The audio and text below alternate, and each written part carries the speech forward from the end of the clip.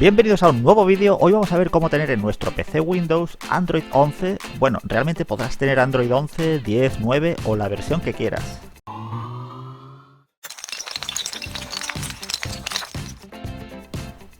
Para ejecutar cualquier versión de Android necesitamos un emulador. ¿Y qué mejor programa que Android Studio? Dejaré enlace a la web para descargar la última versión, que sería este archivo .exe, que se instala como cualquier programa.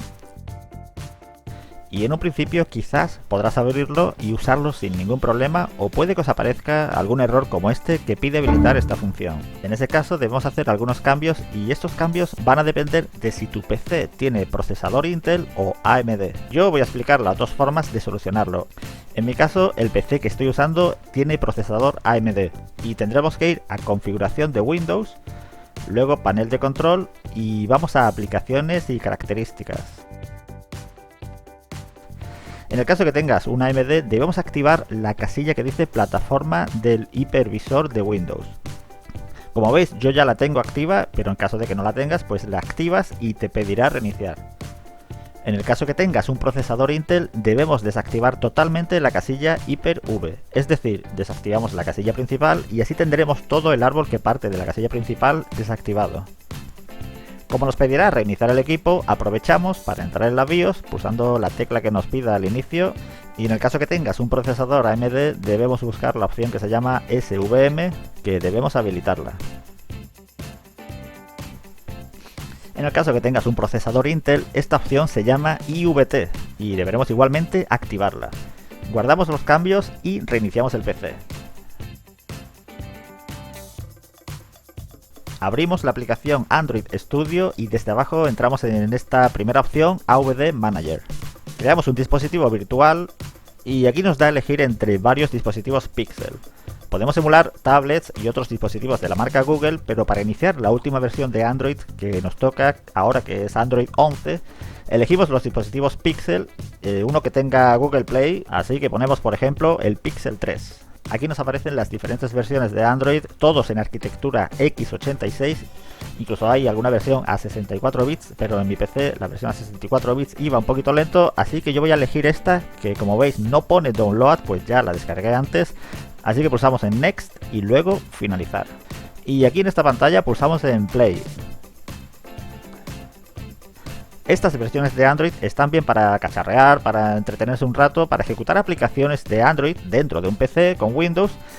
Y bien, dependiendo de la versión que elijamos, en este caso, como es una versión muy reciente, una preview, el cajón de aplicaciones apenas hay nada instalado.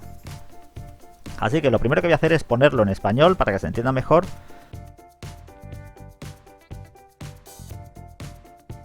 Y voy a activar la tarjeta SD virtual y la pongo como almacenamiento del teléfono.